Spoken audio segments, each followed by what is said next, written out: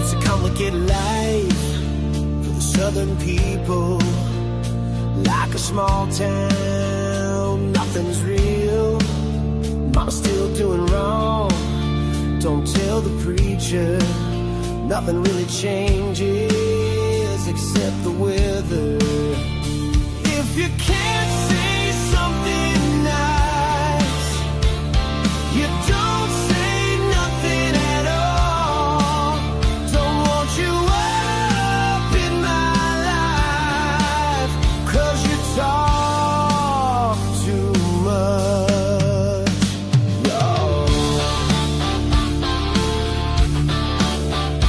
I could leave it all.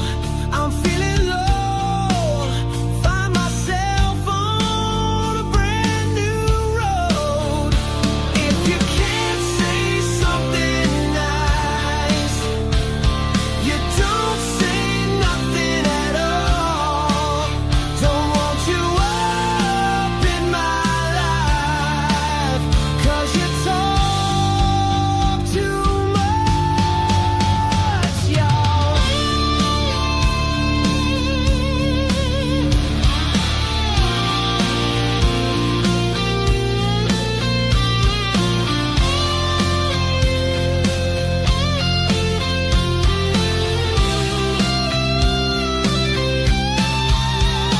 Gotta go to church on Sunday.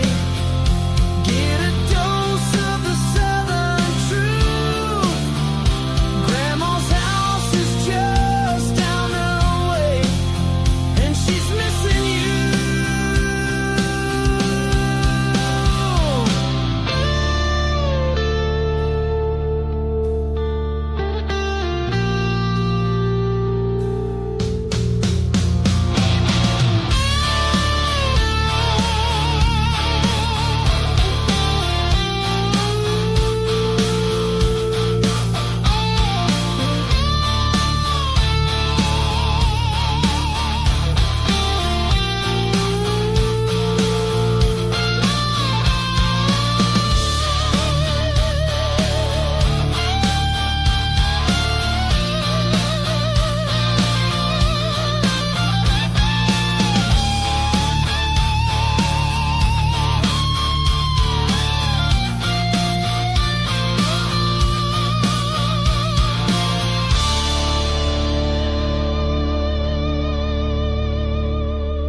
All right, we are live today with Miss Jenna Turnipseed, who is running for the special election in the 14th district of Georgia. I'm going to take these headphones off so I'm not shouting at Jenna. Jenna, thanks for being here. Absolutely. I want to get an update. I appreciate you coming by. She's offered to come by often, and I appreciate that. She's hometown Chickamauga, and I was thinking when we set the time, I was thinking, is that a good time? Because I know you have the school and all that going on. So I was like, wow, maybe if it's good for you, it's good for me. But the campaign is well in swing, and a lot of activities going on. I try to keep up with much for the information out. March 10th, correct, is the election day. I'll actually be going next week for a little bit of training we do before, because I'm a poll worker. And then in March 10th, it'll be all day election. Get to the polls and get out. It's really hard to get people out to a special election sometimes. But I think this one will not be that case because it's such a big election. It's so much is going on with this election. The first special election we actually did 2 elections in the same precinct. It was crazy. That's how I got started in elections and working as a poll worker. And I forget even it was a local office, and the way somebody stepped down, they had to run for it. So, but it's the same work, whatever you do. And I applaud all the people in Catoosa County. There's some great folks that work with the elections. And so we're just going to catch up. It's a conversation. It's not an interview. It's just a conversation. We're just going to talk. So let me move this mic closer. Jenna, so how's it been going? How are you doing? And the family and school and the farm and all that? So I'm doing good. Family's doing good. School's doing good. It is a lot together. It is 100 miles an hour all the time. I think I'm generally up by like 4:30, and I'm lucky if I'm in bed by 10:30 or anywhere near there. Students have been absolutely great with it. I've had to take a few days off for afternoon luncheons, things like that I've been to. I have missed a few candidate forums just because our rifle team is competing right now. So I have obviously my obligation first is my students because that commitment was there first. Yeah. So there's definitely events that I've been missed, but I think the majority of it, I have been able to make it to most things. So Yeah, and those things are going to happen. I mean, I applaud the work ethic. I mean, well, you've shown that through your military career and the school and the business and everything you're doing. And honestly, sometimes they make things like that not at the best times anyway. right. Yeah.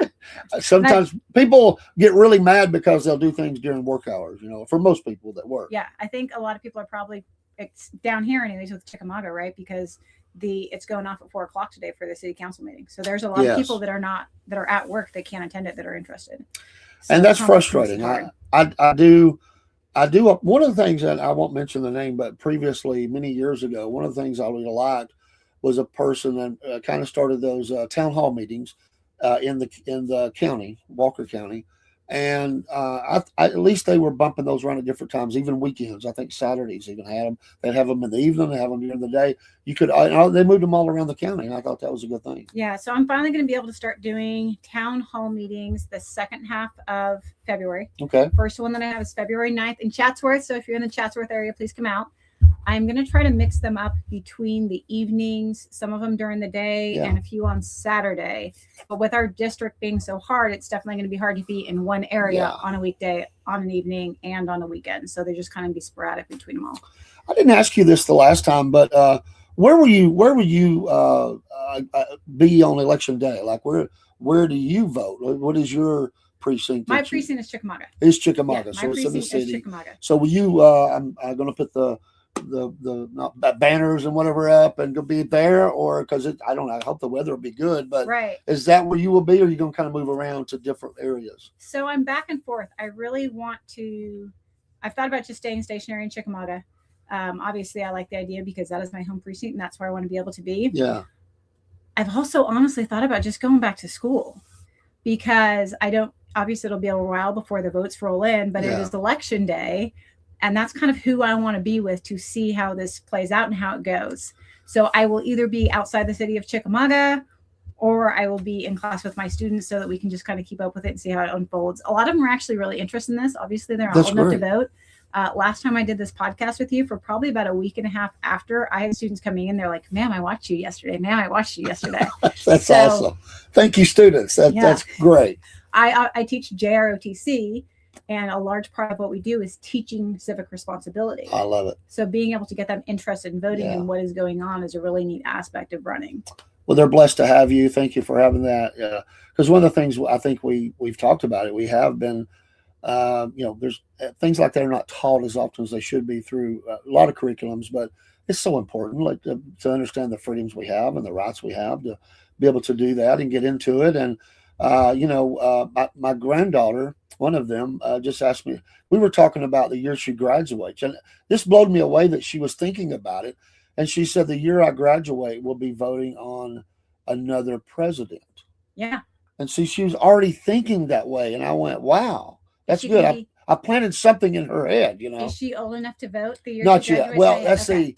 No, oh my goodness. I'm trying to think. She might be her first one that she could vote on. I'll have to do the math there. I think it might be. So she's thinking ahead. Yeah. And she didn't talk about candidates or anything like that. She just said we'll be voting for another president. And then she was talking about senators. I thought they voted every 4 years, and I was explaining it to her, so she's actually thinking that. Well, this is middle school, folks, or she'll be in high school next year, but so she's thinking that way. And God bless you, students, for being active and supporting your teacher and being engaged in that. But I think that's great. On election day, I'm meeting voters all day, but obviously we can't talk politics, and we don't. We just talk to people as just as human beings and fellow citizens and voters in the county. But as the day goes on, I get, and there's no information released anyway. But as those polls close, I can just feel that wanting, like everybody's on go. And we do printouts that just show our precinct. We post on the outside of the door, and there's a lot of things that has to happen for the legality of it and the security of it.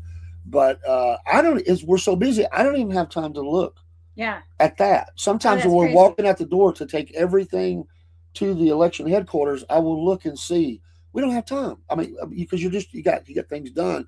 So I go to the election headquarters, we get everything checked in, and I'll go out to my car to head home, and I'll just do a quick check, because a lot of times by that time the results are in, except Right. for if it was a nationwide, then we've got things across the nation. And I go live after I get home, no matter what time it is.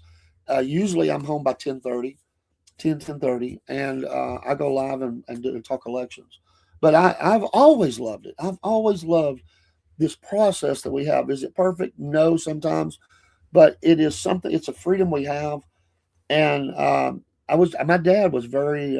He was not political, but he definitely believed in voting. And so I'm just curious about that. Where would you be? Not as in a judging kind of way or nothing like that. Just where are you gonna? Because this is thrilling. Right. No matter what happens, you are. And think about it. Across the world is looking at this, and you're one of the people that is running. You're a part of that. You're invested into that, Right. and I can't imagine what you're feeling right now to know this. That it could be you, and I hope it is. I really do. I'll say it. This is the person you need to vote for. I don't care what anybody says; they can be mad at me, and I'll anybody on the podcast. But I told you before, I really respect your positions on things, and I hope you win. I do. I appreciate that. And that actually makes you my first official endorsement. Okay. And I had a lot of people send me stuff, but most of the people that I have worked for, generals and colonels and things, they're still active duty in uniform. Sure. You cannot endorse somebody when you're actively serving. So that's, if you ever see like on a Facebook post where I have just kind of a blank quote and there's no name attributed to it, it's because they're still in active duty. I got So you. you're the first person with an endorsement that I can put a name to. So look at that. I got one. You can. I did let her know, was it a week ago or whatever. Just, you know what, I told you when you came, I had not chosen, hadn't selected anybody who I would vote for. I just wanted to listen. But, you know, I was really reading and paying attention, listening to speeches and what people had to say. I was watching the commercials, looking at social media, and it just became evident very quickly for my vote, that's my vote, that you had my vote. And I'm rooting for you. Anything I can do to help, I want to be a help in that. So I highly respect what you're doing. And, you know, I want we talked about, I want our air to be represented well. And I just love your military service. I love that. I love things you stand on. We talked about the last time, regulations. We talked about some of that, things you face as a business owner, your role as a teacher and educator, a parent, you know, someone who's hometown here. And I just like the way you carry yourself and what you'll be good for this area. I know that. But how's the meetings been going that you have attended? What kind of town halls? So the majority of what I've done, I've been able to be at is either GOP meetings or a lot of candidate forums are starting up. So Walker County had a candidate forum the other day. We all had the ability to speak. I went down to one that was at the GRA. Yeah. There were supposed to be two tomorrow. One was the official 14th district candidate forum that got rescheduled due to the weather we expect tonight. They go well. I really enjoy being at them. I enjoy being able to answer questions. Yes. The hardest thing about it is that you're so limited in the engagement. All right. In this kind of a forum, somebody can get on, somebody can ask me a question. It's great, and I can answer anything. But when you go through and it's a yes or a no question because it's a lightning round, or you might only get 30 seconds to respond, it's hard to compound on it. And it's hard to get out in a 2-minute introduction a lot of the stuff that you want to say. So I think that's the most difficult piece for me. I really just want to be able to sit there and engage and talk to people. And media can put that in a quotation, and it might not be a full thought. It's just they take one piece out of that, and you say, well, wait a minute, I want to talk more about this. Right. But it's a soundbite. Right. And they're looking for that. So, and there's officially, is it 12 or 15? I can't remember. On the Republican side? Yeah. 17. Oh, wow. I forgot. And then 2 Democrats, I think. Yeah.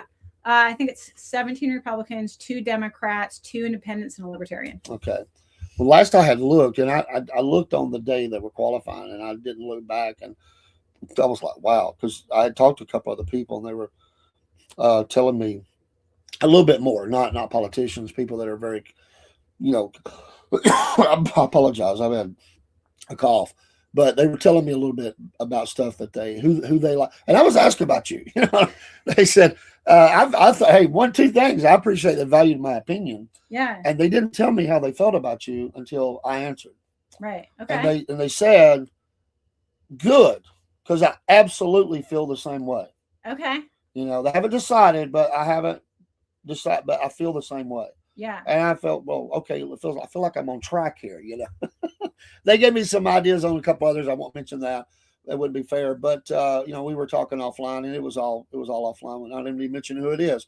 But you know, it's just interesting to see, and as it gets closer, you can kind of feel it building a little bit. And as you said, they're going to start doing straw polls to narrow down who's going to be on stage at these things. And that starts, well, this one got rescheduled. So it should have started today. And the way that it was going to work is the 14th district GOP would have had all 17 Republican candidates out. Yeah. We all would have had an opportunity to speak, answer questions and stuff during the forum. And then they were going to take all of that 17 and eliminate it and reduce it down to 8. So the one on in February would then have the next 8 candidates that polled the highest. So it's kind of nice in the fact that you're able to hear more from the people that you were interested in. But the reality is that the most of these forums, at least from what I've seen, right, this is my first time really being a part of a lot of this. Sure. Is when they do the straw polls, the people in that room are people that candidates have brought in to be able to get more votes so they can make the straw poll to make it to the next one, which, I mean, face it, if you're polling for popularity, you're going to try to bring in your support. But I feel a lot of the time there's more candidates in a room than there are voters. And there's certainly not a lot of undecided voters that show up at a lot of these things. There's a few. Don't get me wrong. There is a few, and it's fabulous that they're doing it, but there's not a lot. Yeah, they're following somebody that they want to hear speak and show support to them. So that's kind of hard. Have you been able to do any door-to-door or anything like that at this point, or get out and meet people besides those type of events? No. I really wanted to, and weather canceled everything the other Monday. Bad. Yeah. But I felt bad at the idea of knocking at somebody's door and them having to open it when it's like 28 degrees outside. It's like I don't right now. So we've got a few on the books, mostly after the 16th. Mm-hmm. I'll be out in the Dalton area on the 16th of February. The next Monday after that, I will be around Chickamauga, and then moving to Rossville later that week. Nice. So hopefully things will warm up a little bit for us, but when I can get out at the earlier hours, about after school ends, I'm going to start going door to door. Has media contacted you at all to get answers to anything, or just find out more about you? I had Notice reach out. I've actually had CNN reach out, and I did an interview with a reporter that flew in from Paris to ask questions because he covered all of MTG's election. But it has been easier to get media on a bigger scale further away than it has been able to get anything local.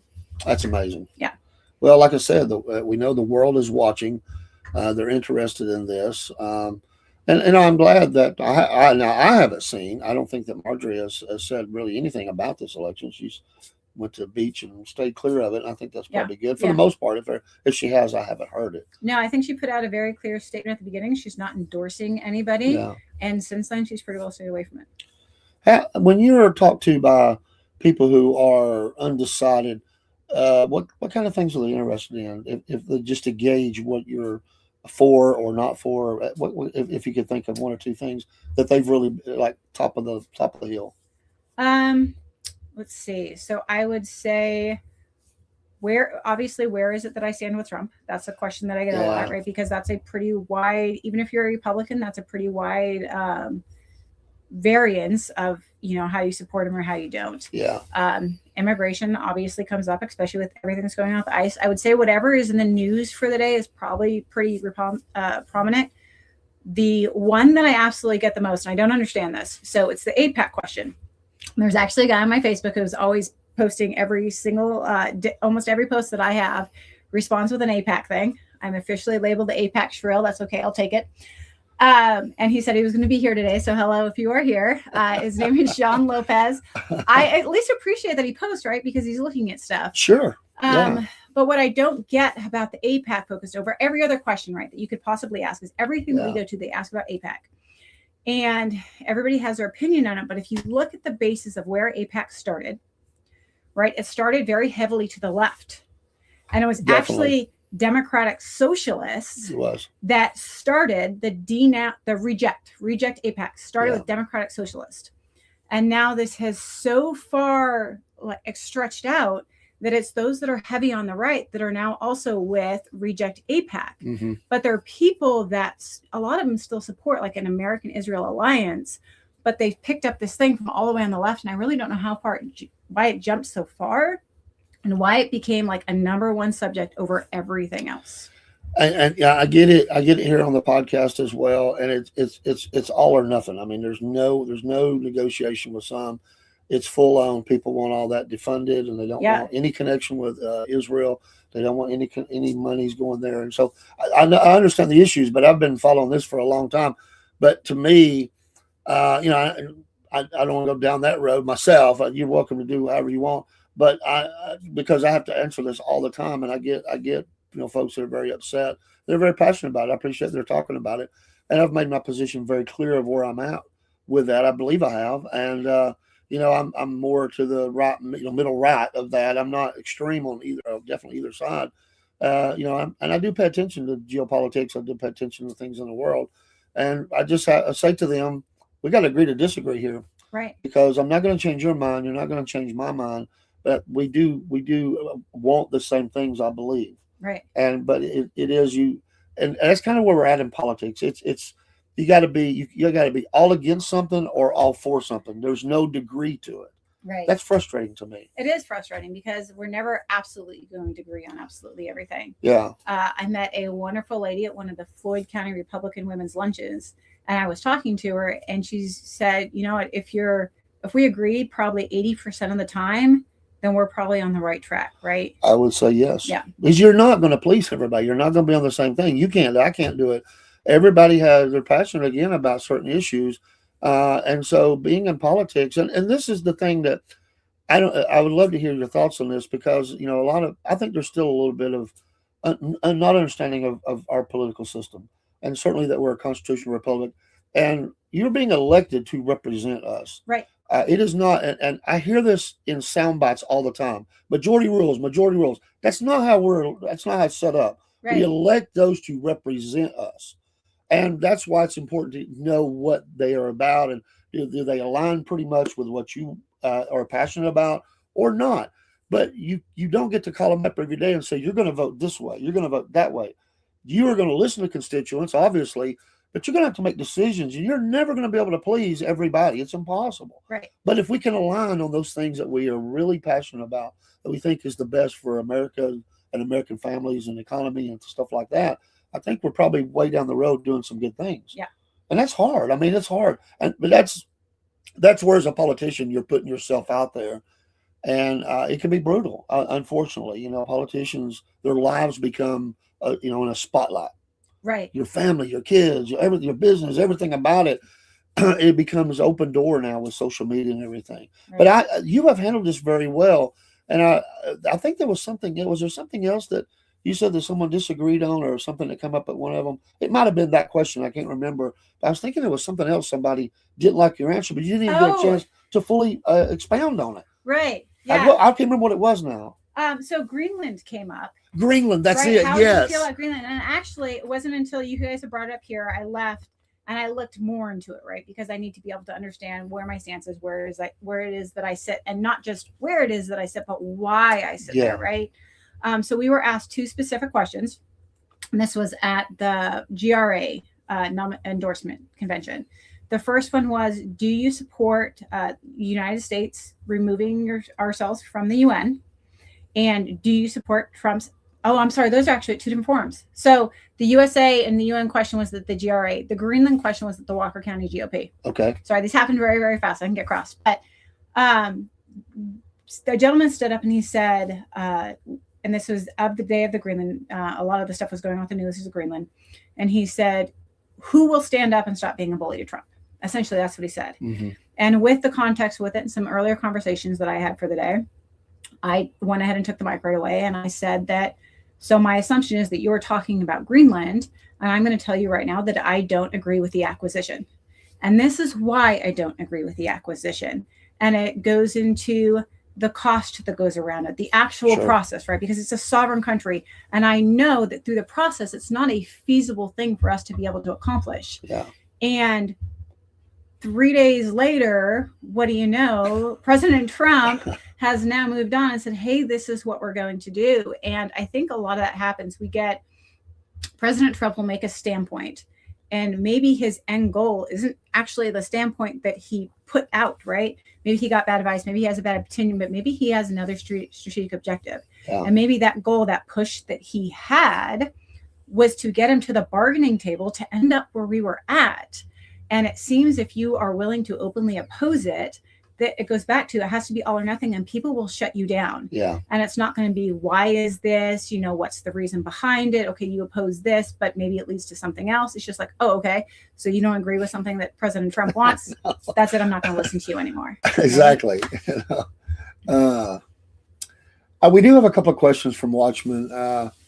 So does she support AIPAC was the first one, and you may have kind of already answered that. I think you answered to a varying degree that even though, because I will move on, but if you want to add to that, does she support making AIPAC register as a foreign agent was the other question. And the last one, where does she stand on the First and Second Amendment? Okay, so I'll go back to AIPAC a little bit. Okay. I've never specifically been an AIPAC supporter, and I've never been somebody that's going to come out and denounce AIPAC. I think that we have a lot of PACs that are probably too politically involved. True. But that's the point of the PAC, right? Their entire job is to raise money to be able to push whatever their agenda is. And to me, that is all AIPAC is doing. I have looked through the FEC website, right? They have to take FEC donations. They have to comply with FEC regulations, right, and cannot find a direct link to them being able to take outside money. And that's not saying that they're not giving the money to somebody else who's donating it. Right. But I can't find a reason to denounce them, which is what people want, over another AIPAC organization. Right. So I don't support them. I'm not looking for their support. I certainly don't want their money, but I'm not rejecting them compared to any other political organization. And I do like to say that I specifically do support a strong U.S.-Israel alliance, because we talked about it before. I think it's strategically important. And I think just coming out with the words, I denounce AIPAC, can add to a lot of other things that are going on right now. So that's not something that I can say. And it's a hot zone. I mean, we're talking about, military operations against Iran, and Israel said, I've said, I don't agree with everything Israel does. I don't. But I do support them, and I support some of the, agreements we've had in Intel and stuff like that. The Middle East is always, it's one of those things that burns you down. It comes down but to bite you often, But and America has always had this. We will deal with this person, and looking for balance. We will try to level the playing field around. And again, that's not about me at this point, but I was just saying that I understand, people's frustration, because we see a lot of things that are happening, and it's okay if a voter wants to be totally against that. But I think, as it's something you're going to have to navigate. If you're elected, you're going to have to navigate a lot of different things. And what people, I'm not saying they don't understand, but some don't understand, is that when you're voting on a bill, it's going to have things in it. And sometimes you are the 80-20 we're talking about. You just mentioned, you may love 80% of a bill. You may hate 20%. You may not like it, but you got to have this. And that's that in Georgia at the state capitol, they call it making sausage. I mean, you're just grinding all that together, and nobody gets everything they want. Right. Nobody. That just doesn't happen. And so everybody walks away either really mad or kind of happy or really happy, but there's always that counter to that. Like, I didn't get this, or I had to agree to that. Yeah.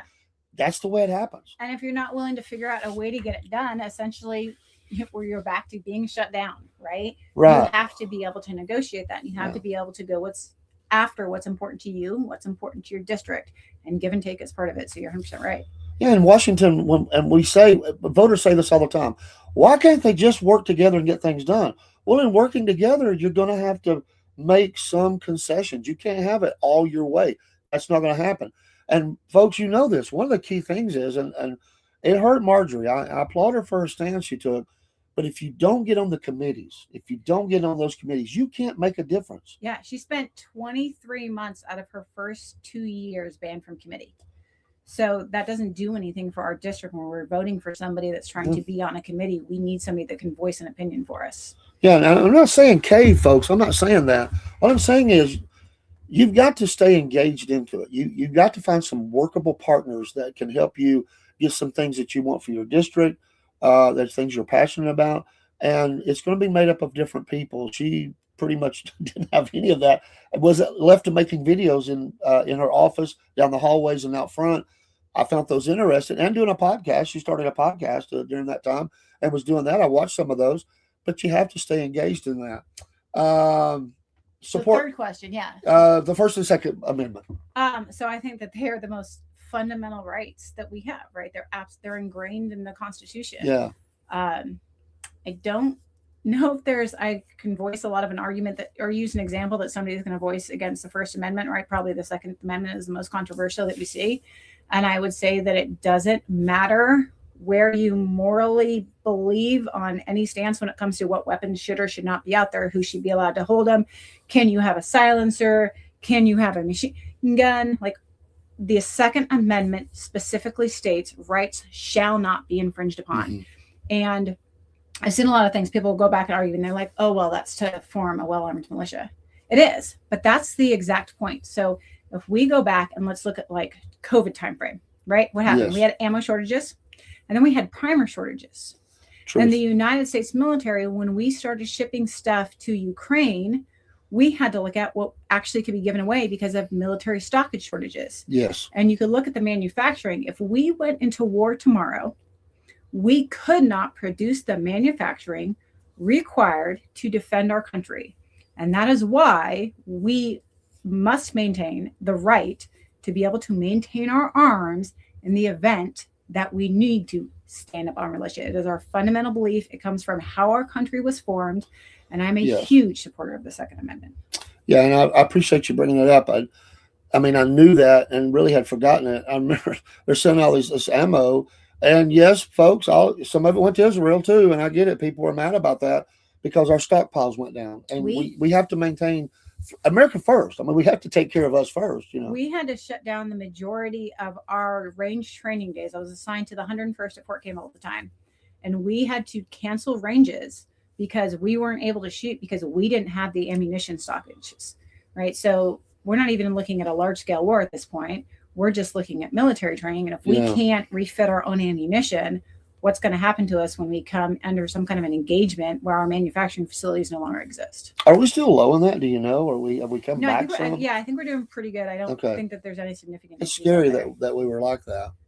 Broski said Greenland isn't a sovereign country. It's a self-governing country. Denmark struggles to send Greenland $600 million in welfare a year. 57,000 Eskimos on welfare aren't stopping the U.S. Your thoughts?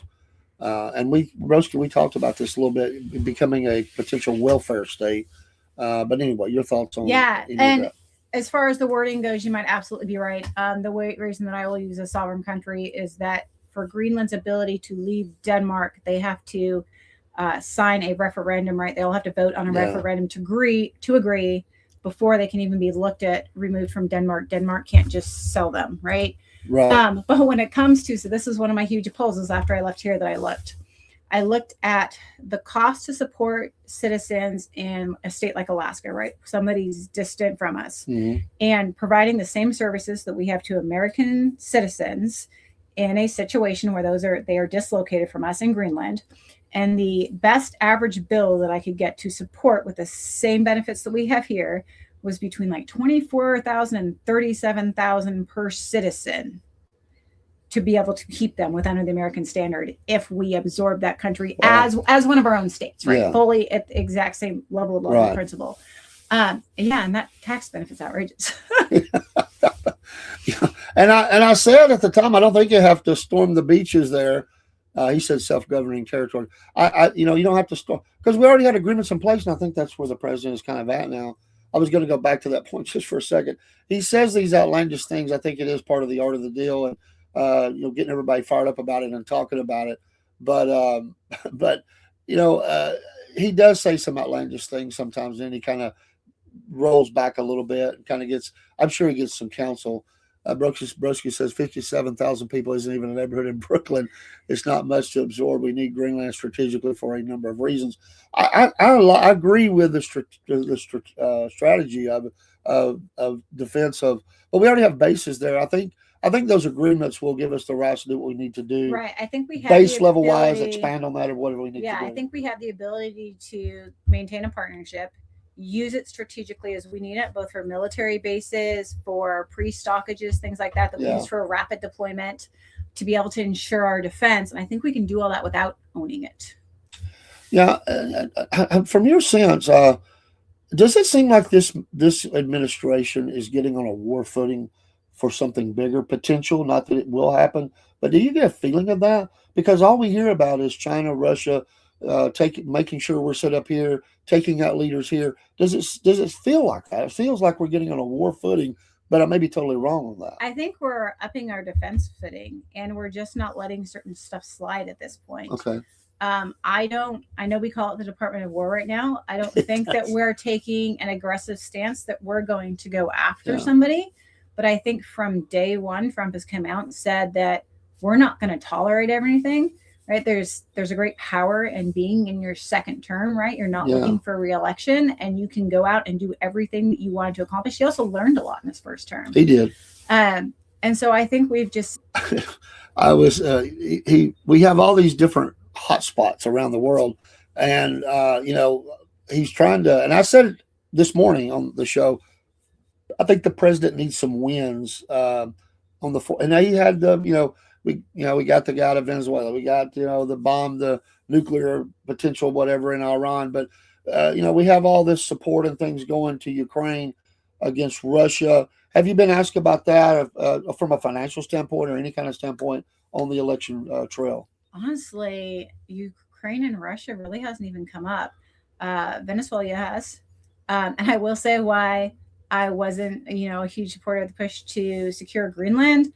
Absolutely, that what we did in Venezuela. Like our ability to just go in, hit the strategic objective and leave, I thought it was fabulous. And I would love to see our military operate more like that. But yeah, Ukraine and Russia hasn't even made a question. Let's shift gears. If elected, this razor thin margin that we hope will be there for conservatives after the midterms. What and I know nobody can tell, but as you look in the, then we got another election too. But going into the second 2 years of the term of the president, we've got some things we've got some wins. The economy's starting to turn a little bit. I think at 4:00 today, was supposed to announce about the Federal Reserve chairman and all that. But what do you see for, what do you see as things that are potentially good wins or damaging to us now that the midterms will be over and we're heading, president's not running again. Right. Does that, do you see anything that you think that's a potential, landmine for us as a conservatives or as a nation, or the wins? How do you see that second term kind of going? Or the second part of the term? I'm sorry. Right. I'm very optimistic about the direction of our economy. I really think it's going to pick up. Mm-hmm. And I'm hoping that on the Republican side that is going to help, right? People are upset that Trump came in and he said, I'm going to do all this. I'm going to fix all this stuff with the economy. I think change takes time. He has been there for 12 months. And I'm hoping that around the 20, I don't even think it's going to be the next 6 or 12 months. I think that around the 24 to 36 month mark, where we are looking at another election, I'm hoping that that's where it really starts to hit in. A lot of the stuff he's done starts to take place. I do think that one of the big landmines that we have is going to come is when we're looking at the budget and things. I was really excited when Doge came out. I think it was one of the best ideas ever. I think we've talked about that. It may not have been implemented specifically, right? But just taking the fact that, we're going to look at government reform, or we're going to look at the programs, we're going to look at the overhead, we're going to reduce stuff that costs us money. I think that was fantastic. But now we're looking at passing 12 appropriation bills. I think every single one of them, if I'm not mistaken, has an increase, right? To include the Department of Education. Trump came out and said, hey, I'm going to slash this. And now we're giving them more money. So I think that becomes a landmine, because what is the thought behind saying we're going to get rid of this and now we're spending more money? We're going to reduce how much we spend, but now we're spending more money. Yeah. So I think that's probably the biggest landmine that we're going to get into. What's your view on tariffs and how the president is using those? I mean, I don't think we've ever in political history ever had tariffs at the top of the news ladder that it has stayed at for some time now. As the president has used these, up them, reduced them. What is your view on the tariffs themselves and how he's used them thus far? I like how he's used them. I find it finances and money has always been a weapon for us, right? That's why we do, embargoes and things on stuff, or we Yeah, might sanction somebody and not be willing to work with somebody because we use that money to our leverage. I know that there's concern that that causes rising prices, and this is one of those short-term things, right? It hurts in the short term when all of a sudden you go to the store tomorrow and something has had a 20% or some so tariff placed on it. yeah, But if we want a long-term strategy that's going to work, right? If we want to increase manufacturing, if we want to increase American companies and business, if we want to encourage people to buy stuff from here, then we have to do these yeah, things, right? It's the only thing that's going to change people's mindset. We can't say, hey, we're going to stand up some businesses. We're going to get this so people spend our money here when they're still spending it abroad. We have to yeah. create a force and a driver. And I think that tariffs does that for us. Along that, and I have another question, but when you said something, made me think. Every week or every day, pardon me, all this money goes out of the country to people that make money here, and they send it out, and billions. I don't know Yeah. the number. I don't remember the numbers on it, but it's a lot of money that leaves the nation, and goes out. Is there anybody ever talked about? I don't know. People hate the word about a tax or something on that keeps some of that here, or which have you ever thought of that? Because it is a financial. There's a lot of money leaving our nation. I mean, it's Yeah. not spent here; it's spent overseas, or Mexico, or Guatemala, wherever it goes. No, honestly, I've never thought about that. I think it's a really interesting idea. And if you look at, I mean, we have a gift tax, right? You have a certain amount of money that you can give away in the United States to even a dependent, right? If they're trying to buy a Hmm. house, and that's taxed. So if we are just sending money out of the country, I think the idea of taxing that is probably an interesting idea. I don't know that there's any tax on it. There may be, but I don't think there is.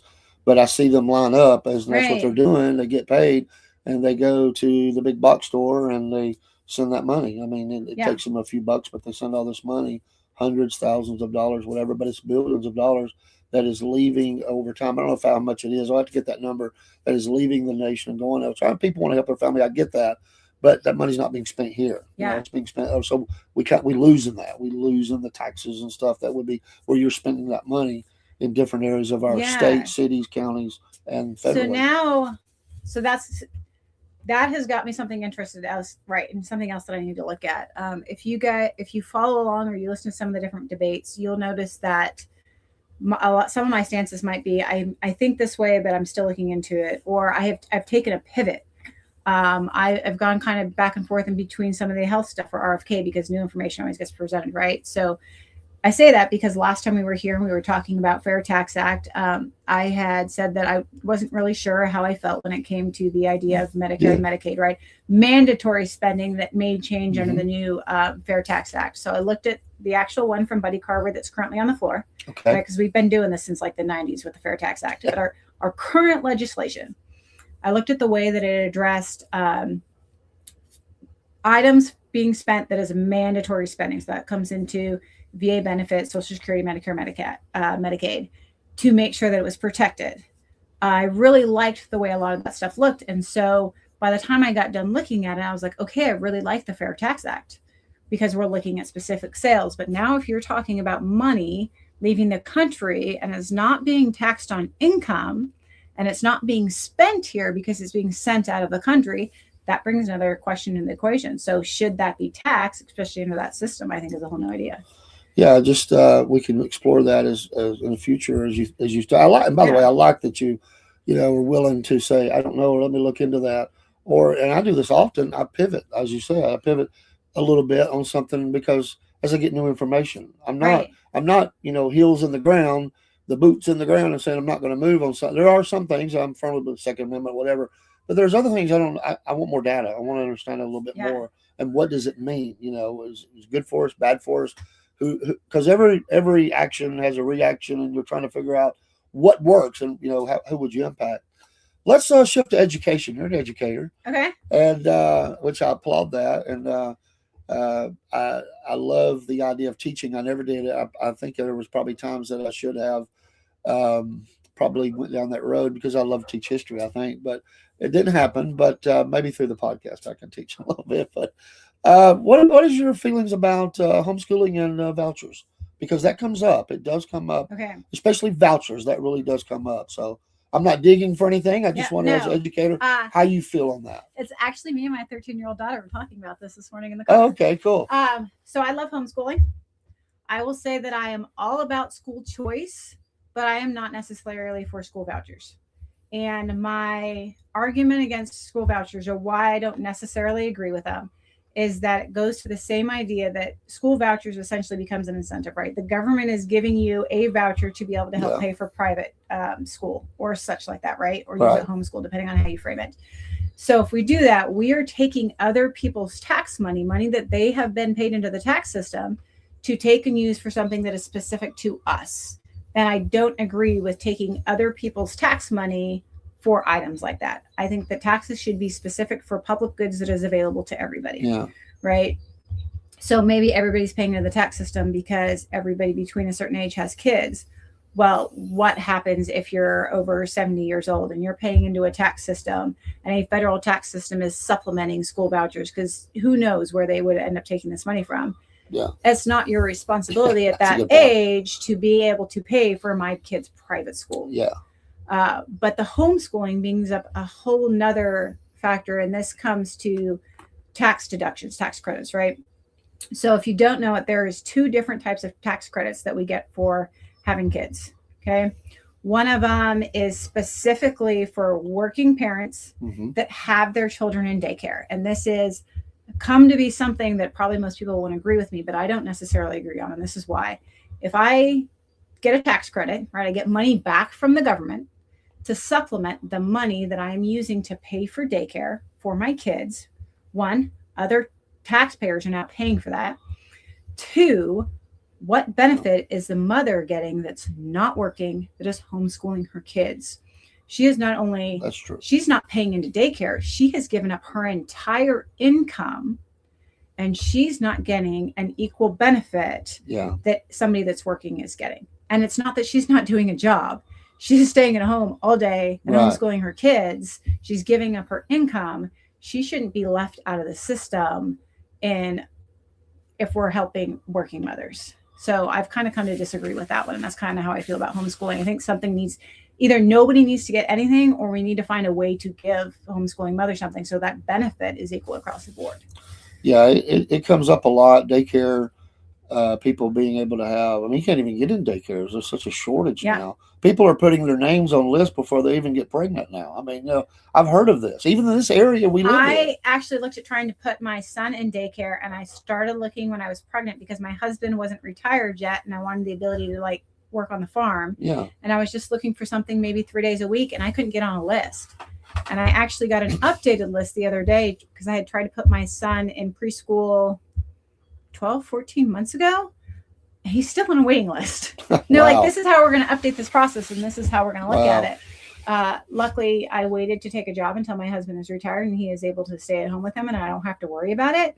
But it makes it unrealistic for a lot of working parents, especially when most of their paycheck is going to be spent in daycare.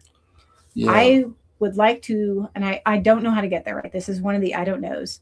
But I think we need to go back to a time in America when you only have to have one working income in a household. That's going to save a lot of the daycare problems. And yeah, there was a video. A lady the other day was saying how she she was working and not having time for her children and all that, and saying it was better in the 50s, and she got ridiculed for it. I don't know if you saw that video, but she had this light bulb go off, like, we were better, we had someone with the kids at home, and it's like we've kind of come in full circle. People are seeing the damage that's been done. Right. Well, and if you go back to education, it's hard for a parent who might be at work till 6 o'clock or 7 o'clock, let alone be on a swing shift, to be able to then go home and help their kids with their homework. We've almost got to the point to where we've fully put that on teachers. Yeah. Right? Teachers are supposed to do a certain extent, but they're not responsible for everything. And we miss that when we don't have a mother at home with families helping raise her children, because she now financially has to work for a fraction of what she's getting to be able to support her family. I have many people that I work with. They, the husband and wife, both work there, and they have to work on 2 different shifts, day and night, to make this work. Yeah. And that's just what they do. Their kids are in middle school, I think now. They're doing great. They're very smart children, and they're doing great. But I thought how sad they have to stay apart like that when they can't be there together, at least on the working days, because it's the child care issue. Yeah. So my husband actually used to sit down soldiers that were thinking about getting right out of the military, because we got out at one point. I told you my daughter was 4 months old before my husband got to meet her. And we were like, okay, the military is not the right answer. And then we got out and we moved here, and we were working 2 different 3.5-day shifts. So there wasn't a single day in the work week to where we ever saw each other. Wow. We did that for about 2 years. And when we went back to the military, we fully believe that even with being gone for training, with being gone for deployments, being gone for military schools, we had more family time together then than we ever did just working regular shift jobs here. That's an amazing statement right there. And it's telling where we're at. Right? Education is always, you mentioned earlier, the appropriations bills. It's always one of the big hitters. It's not the biggest, but it is a big one.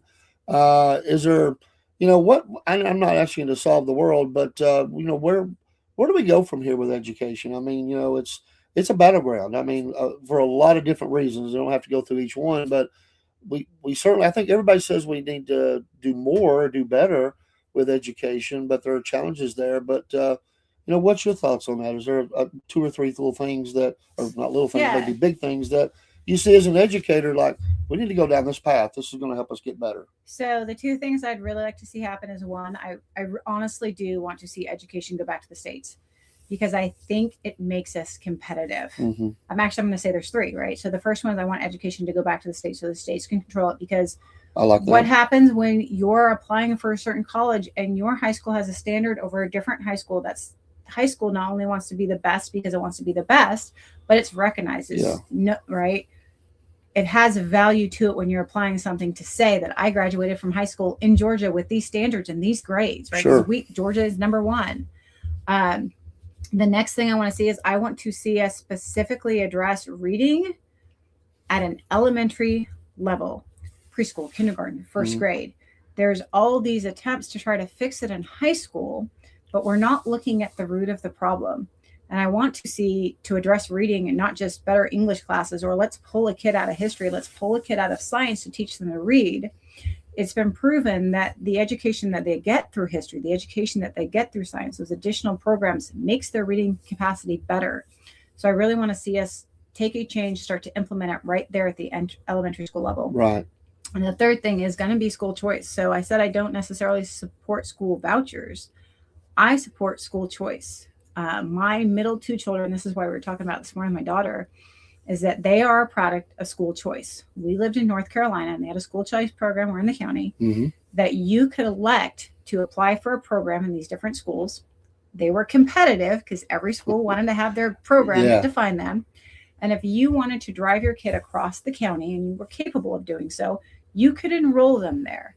And I think that that is what gave them the best value for their education, and why they do so good today is because they came out of a school choice program. And I want to see that in every county. Okay.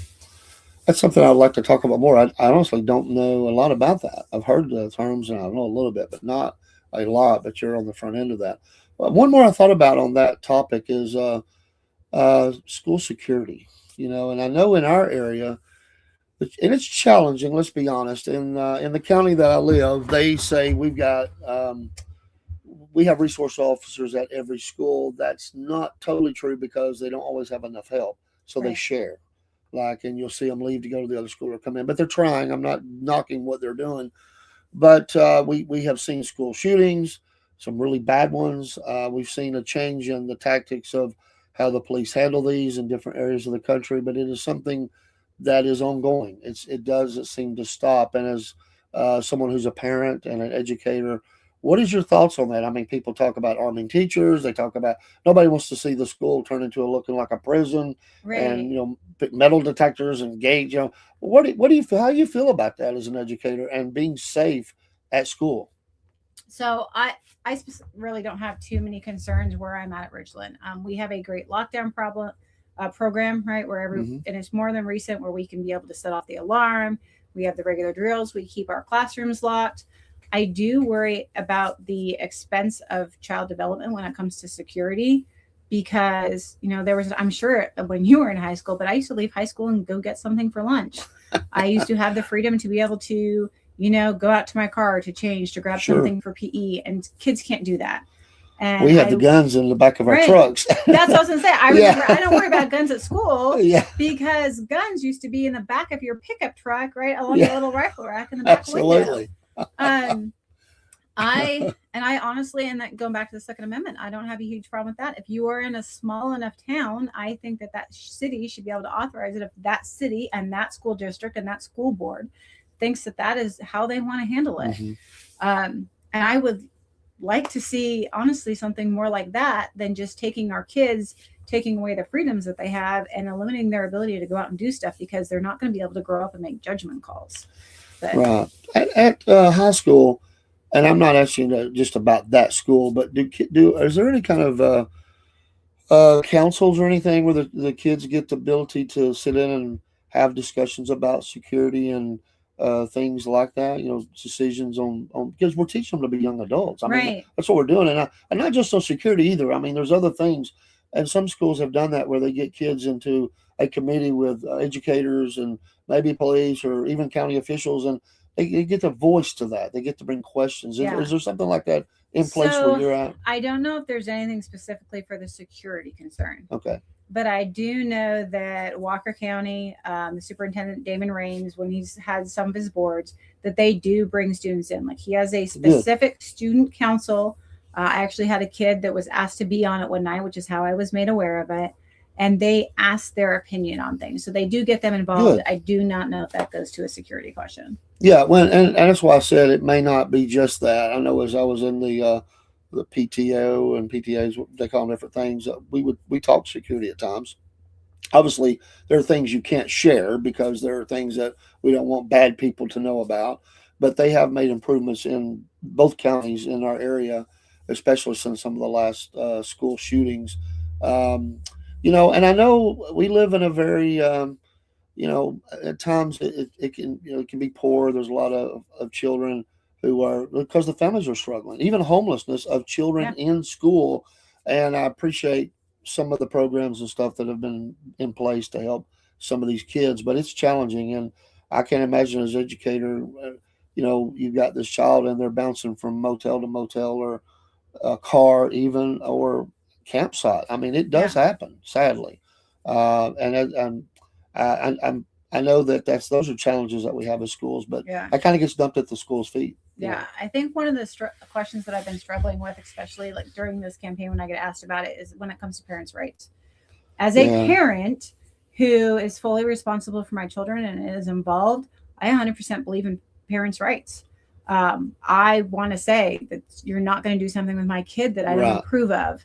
And I've specifically been asked about healthcare and things that should be provided to students with a parent's being absent or a parent not having consent. I also know that I have students whose parents are not involved, and they don't have an option. And I'm struggling right now with just the idea of what should be allowed to help support kids in certain situations that don't have, right? Kids that have been kicked out of the house, that are crashing in somebody else's house. Some of them are even legal adults, right? They're 18 as seniors, and they can't sign anything for themselves, but they don't have a parent to sign anything for themselves.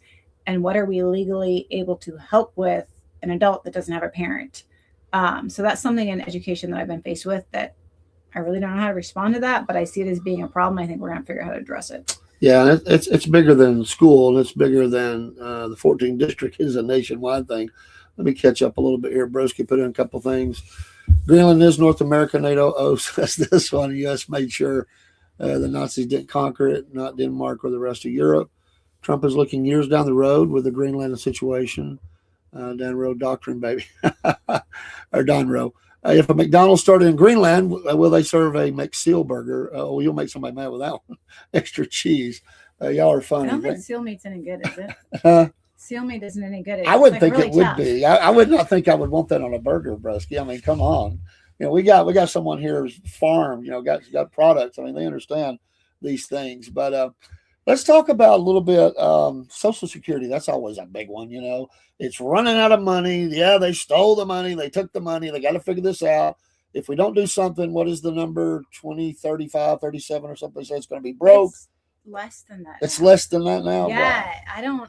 I almost think it's 35 or shorter. Yeah, it's we got problems, and we have the baby boomers who are the biggest group, and with healthcare and nursing homes and assisted living and Social Security, and giving them cost of living raises and all that. It's challenging, and it's a huge hit. Is it the biggest one? Or no, defense is the biggest one, but it's right. Healthcare is. Oh, healthcare is. I'm sorry, healthcare, defense.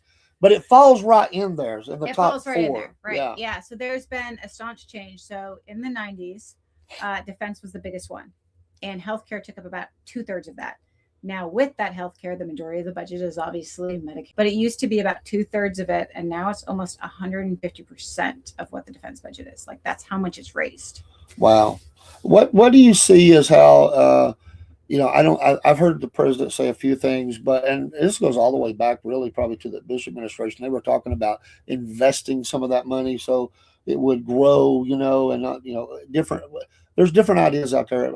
Basically, we're going to have to take a bunch of money and dump into it. I know that. Right. But what do you, have you thought about, longer term, how you would feel about the government and taxes and how do we do that? Because these people paid into this for all these years. They feel like, hey, it should be there for me. This was something that was set up, whether you like it or not. That's there, and they did pay into it. Right. So, and that was one of my biggest concerns with the Fair Tax Act at first when you guys asked about it, right? Because we have itemized on our paychecks that we have paid specifically into these funds. And if we get rid of that, is somebody going to try to chop it, right? That was my biggest concern. Yeah. I have come to find out that I like it because now we're all paying a fair rate into Medicare, right? So right now, if you make more, you pay more into it, and then it costs you more later. I want to see a system specifically. First thing I want to do is I want to reduce the costs. I want to reduce the out-of-pocket costs for Medicare specifically for seniors because I don't think they can afford it. Right. Then I would like to grandfather anybody at a certain age into the current Medicare system and program and Social Security system. So let's say, and I haven't picked that age, but I generally use 50 years as a rough buffer because I am 42 and I am young enough to be swung to another system. I have enough working years ahead of me. So let's say it's age 50. I want everybody that's 50 to still be fully entitled to that system that they have paid into. Then I would like to figure out how to change the system for everybody underneath it. And it's I think they call them the baby accounts. I'm not sure what the name of it is. Like the $1,000 that's going in. Yeah. If you look at it, the way that it grows the interest rate, I think is a really unique idea and probably a place to start with it. But I think we need a complete system overhaul. I don't want to see a further expansion of Medicare and Medicaid for my children at all. I want to start something new. I want it to be completely different. And I only want to preserve that program for those individuals that have fully paid into it and are dependent on it. Yeah, I think you make. Hey, Jake, appreciate you coming by and taking care of that bot for me. He helps me out on Twitch. I appreciate that. He's one of my mods and a fellow podcaster from Mississippi, though. He's not Georgia, Mississippi. I agree. What we have is not working. Right. I mean, and but every administration seems to push it. At least this president has said we're going to do something. We got to do something. Everybody's talked about it, but President Trump is a doer, and he wants to get things done. And I think from a business standpoint, he sees this is bad. Yeah, I want to fix it. So I think something has to be done. We might have to tweak that as we go along, but we got to do something. Yeah. Two of the tweaks that I've looked at recently, and this goes back to I have ideas. I'm not an expert, and I think it takes a team to do the research and set it up. But two of the things that I'd really like to see happen right now is they're looking at finally being able to negotiate Medicare drug prices, right? This is a thing. I don't want to negotiate them. I want Medicare to specifically pick up the TRICARE ones that already exist because we've already done the legwork, and then we're not spending additional tax dollars trying to figure it out. There is some problems between the drugs that TRICARE can deny them versus, Medicare needs to be able to prove them because people need those. So those might be the drugs we have to negotiate. Yeah. So I want to see that one happen. And I think that will help with drug costs, like right off the bat. I think I did a post on it or something the other day. I was specifically looking at numbers, and it was somewhere between like maybe around 30% of the cost would be saved for drug prices. The other thing I want to see happen, and this is going to cost taxpayer money, and I understand that when I say this because I'm generally not a big argument for anything that costs money, but any veteran that has ever served in the military should have the option to opt in to TRICARE health insurance. Just like we have a retiree program, there should be a veteran program because you have served your country, you have earned it, and then we can solve at least the Medicare debate for a good portion of the population if we extend that. And it's those small fixes, right? Let's fix the Medicare drug price. Let's fix the veteran health care. And then let's find the next thing on the target and let's fix it. And I think we need to start making the small tweaks. I think, and I like where you're going with this, because I think, and here's the problem: we make government programs, and it can't be. It's one size doesn't fit all. There are everybody's at different places in their lives, right? Whether it's military, the age they are, whatever, and we make these programs, and it doesn't fit everybody. Right. It may fit the majority, it may not fit everybody, and to give people choices is always a good thing. Yeah. To get educated, have choices, and say, okay, this is the best path for me. We do that now in industry. You have choices to make on what level you want to take out. If you're a young person, very healthy, versus someone who's very close to retirement and maybe has some health problems. Right. What level of insurance do you want to have? What level? And so I think it's good to have choices for that. Yeah. And options, because a lot of times what happens is people run out of options. They don't have any options. Yeah, and it's never going to be one size fits all. We have to address it by the population, the need. Though one of my biggest problems that I've had with the ACA subsidies and things is that you're using everybody's tax dollars for a specific group. And I acknowledge that there is no good, clean answer to replace it, but we're only looking at working class families. Right. We've completely forgot about seniors. And guess who has the biggest healthcare issues, the biggest healthcare bills, and we're not even addressing helping them. Absolutely. Are you good for a few more minutes? We have blown up an hour, and I didn't even notice. Jake from Mississippi does have a question, though. It's a good question. Okay. All these have been good. Thank you. What is your stance about special education? I am autistic. What are you going to do about special education? Is there anything that you're thinking of there? So I think it's a great question. So this plays into a lot of the school choice. Okay. There is certain schools that have been set up better with special education programs to service certain needs. And right now, if you don't have school choice in your area, if you live on this side of the street and you're required to go to this school, you might not qualify to go over here that has the needs program that is designed and best fits you. That's a good point. Yeah. So that's probably one of the biggest things with education and the special needs program is allowing that school choice so that with kids with special needs and special developmental requirements can go to the school that best fits them for their development and growth. Yeah, let's just face it. All schools are not the same.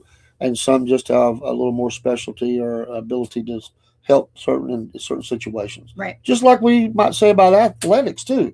Some schools maybe have a little bit better opportunity for this person in this particular athletic field than another school has. Yeah. It's just a different program. It just fits them better.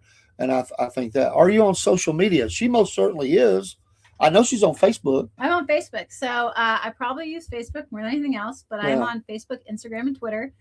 So Facebook is just Jenna Turnipseed for Congress. Yeah. And we've got the flyer right here. Here's the front of it. So there you go. There's the flyer. I keep it on the desk and I show it often. And then there is the platform and some of the things about her. That's a nice picture.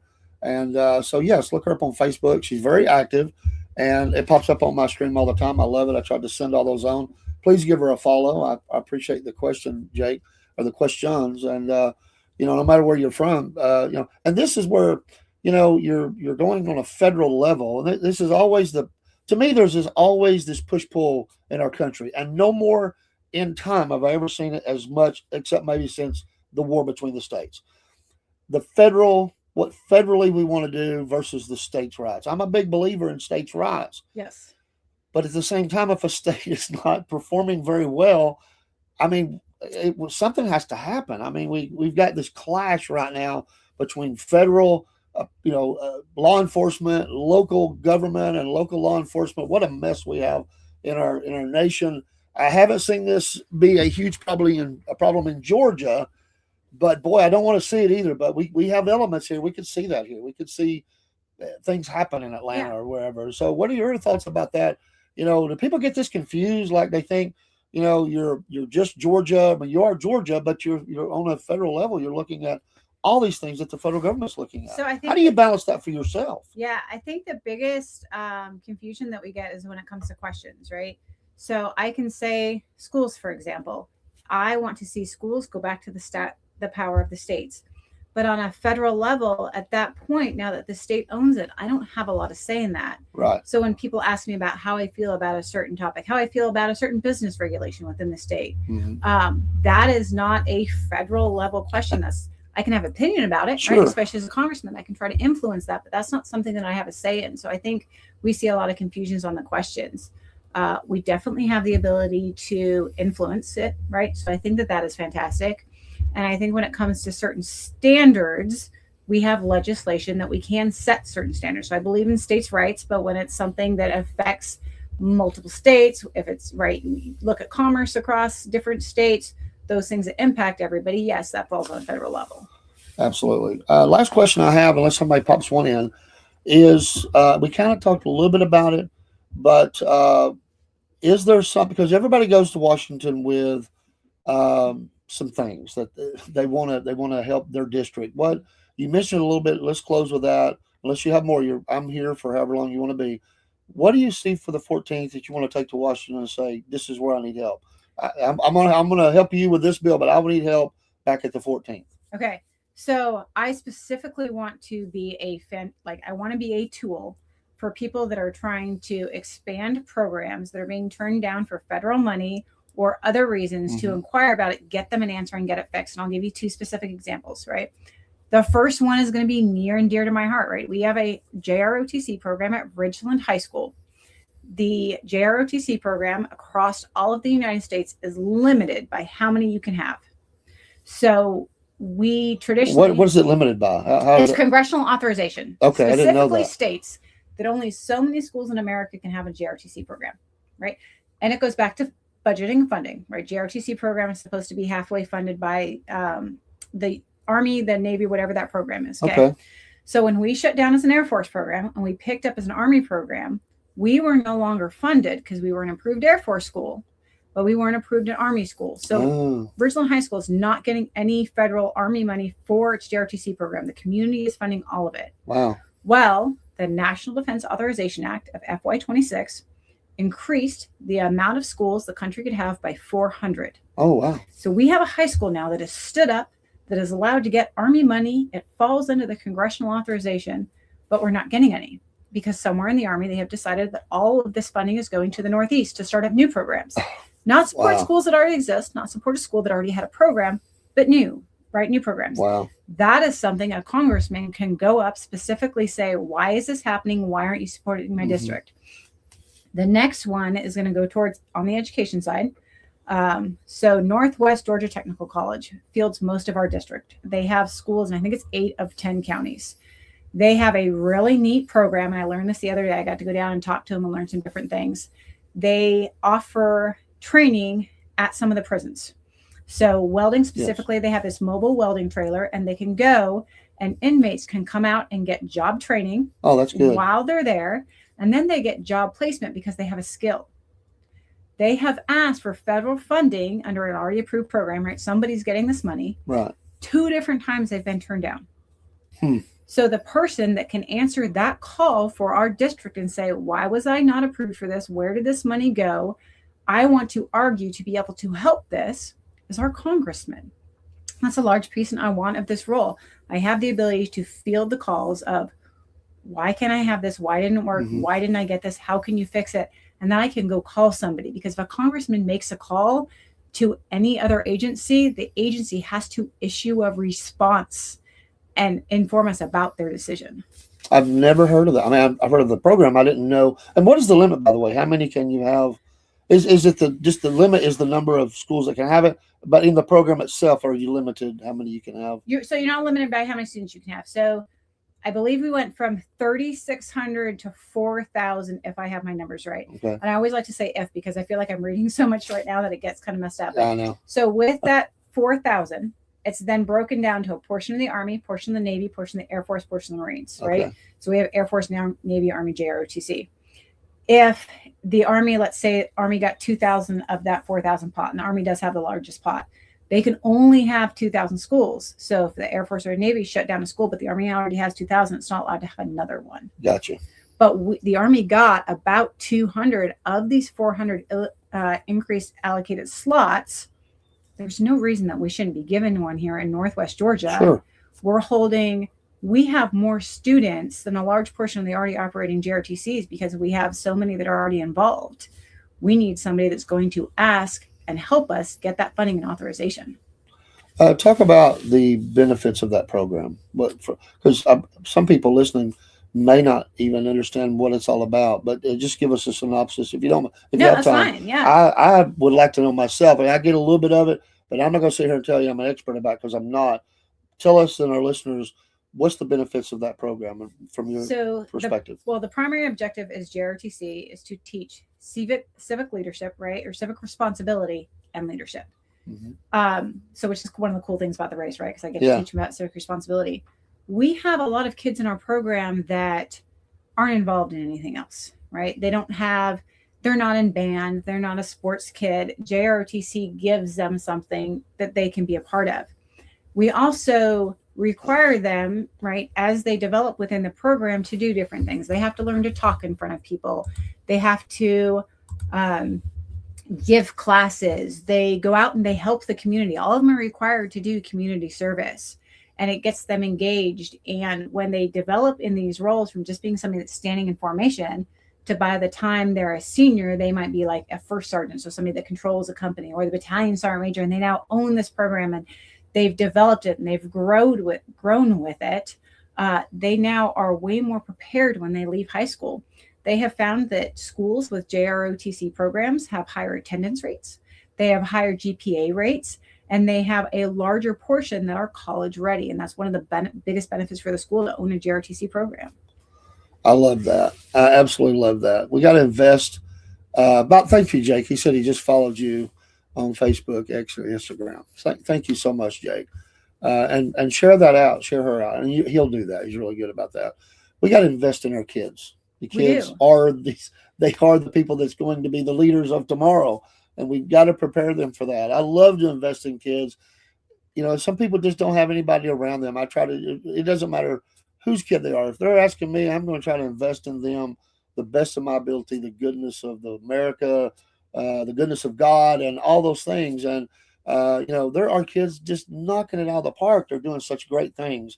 And I hate it when people say that all kids today are lazy and they're not, because that's not true. No, it's not true. They are rocking it. Their kids are awesome. Man, I have some of the most awesome, interested kids in different fields. We had a high school ASVAB the other day. We had a small portion that decided to take it, but the ones that did absolutely killed it. Like the possibilities that they have career college-wise is exponential. They scored so high, and it's great. Wow. Because they're interested in doing well. That's awesome. We could talk all night. We can't. She's busy. She needs to go home and be with family and eat dinner or whatever. Have a great weekend. Maybe play in the snow tomorrow. I don't know if it's going to snow. We got forums tomorrow. Okay. Paulding County Republican Forum has not been called off yet. Okay. So if you are in Paulding County, Georgia, as of now, it is a go for 10 a.m. That may have changed while I was sitting here, though. And Jake gave you an invitation to his podcast. Look for him right. online, and he would love to have you on. He broadcasts all the time. He does, and he's on multi-platform. So, folks, thank you. Thank you, Jenna. I appreciate you so very much. I feel like, she's just family now. She's a part of the podcast, and I mean what I say. You're welcome to come by anytime. Just let me know you want in, and if I have to, I'll set up and you can just pop in and video straight to us and let us know what's going on. So I have one spot open. I could do that. This would be great to have. But folks, if you're in the district, that's a big district. I mean, it's pretty big, from the state line of Tennessee all the way down to just past Rome, right? Yeah, we take a portion of Cobb County. Let's support a veteran. Let's support an educator. Let's support just a business owner, mother, parent, wife, all those things. Somebody that has an understanding of what we need in America, and she's willing to go dig and get information. She's not sitting here saying, I know everything. I'm an expert on everything. She's going to go get the answer and make a decision on how she feels about that. That's the kind of person I want representing me, that is not closed, that is open to, as you get information. And when you get there, to being able to measure people and understand, and who can I work with, or who's trying to take advantage of me. He says, I might be in Mississippi, but I have people in Georgia, people everywhere that watch my podcast. Okay, appreciate that, Jake. You're awesome. But we'll get out of here. We'll let Miss Jenna get out of here, and we'll see her again soon, I'm sure. And everybody have a great evening. I'll be back if the voice will hold. I've been battling this thing for over a week now. But so sorry for the bad sounding voice. Any students that were watching, God bless you. Keep on doing what you're doing. You have a great educator here and friend. Your homework. And mentor. And to her family, thank you for sharing her with us, because I know that means time away, and we appreciate very much you taking that time. And, it means a lot to me that you come in studio. I appreciate that. I don't mind them coming through the video, but it's nice to be able to sit and just talk and have that conversation. So we'll have our own candidate forum right here with Miss Jenna whenever she wants it. Take care, folks. We'll see you soon.